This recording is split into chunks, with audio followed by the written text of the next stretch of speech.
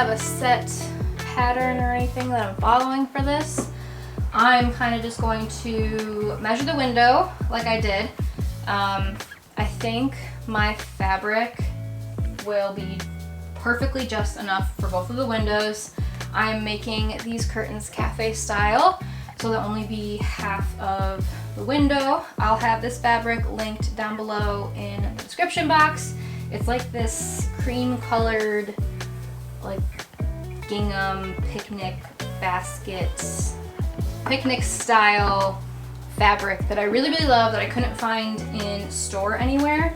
So when I measured, my window is 2 feet 38. So I'm gonna have to make it not precisely, it's gonna have to be 19 inches each. We go here, so here is 19. So my curtains in theory, let's measure it properly. I'm gonna be about this big. I had it folded a certain way yesterday when I was playing around with this, because I want it to still be to ply like this. I want it to be like kind of folded. The extra thickness looked better. I do 45 inches. So that gives us way more.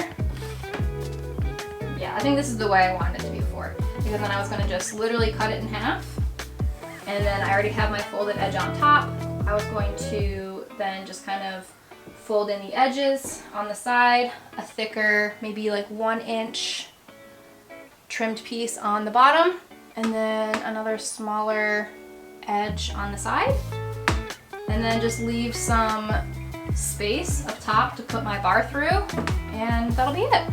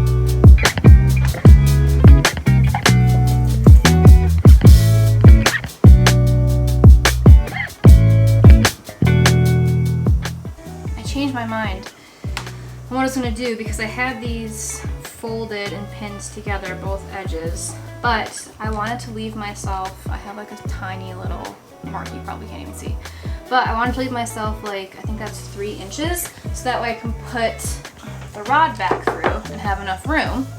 But I realized that in doing that, I wouldn't have a way to kind of like keep my spot open and also seal off the edge over here at the same time. So I'm just going through, I have probably like 1/4 of an inch, I'm really just guesstimating here, 1/4 of an inch, and I'm folding it in and then pinning it off, and then I'll be able to go all the way around, so that way I can give everything, hopefully, clean edge. And then I can fold it right side out and then connect the edges, but then I'm not worried about having like a wonky loose edge up here.